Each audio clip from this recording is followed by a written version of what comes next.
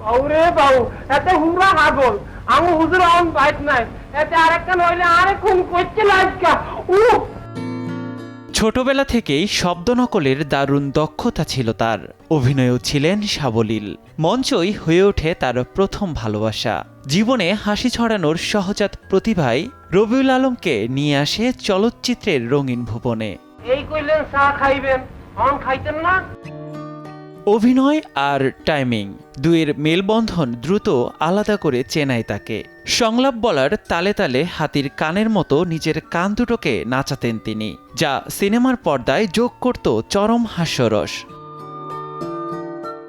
আকাশ আর মাটি সিনেমা দিয়ে যাত্রা শুরু। এরপর সাত ভাই চম্পা, নীল আকাশের নিচে, আলোর মিছিল, শাম্পানলা, ছুটির ঘণ্টাসহ শতাধিক সিনেমা জমা পড়েছে তার ঝুলিতে।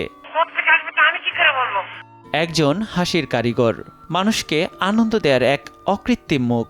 পর্দায় তিনি যেমন প্রাণবন্ত, ব্যক্তিজীবনেও ছিলেন সহজ সরল। সহকর্মীদের প্রতি শ্রদ্ধাশীল আর বন্ধুসুলভ আচরণ তাকে সবার কাছে গুণী মানুষ হিসেবেই পরিচিত করেছে।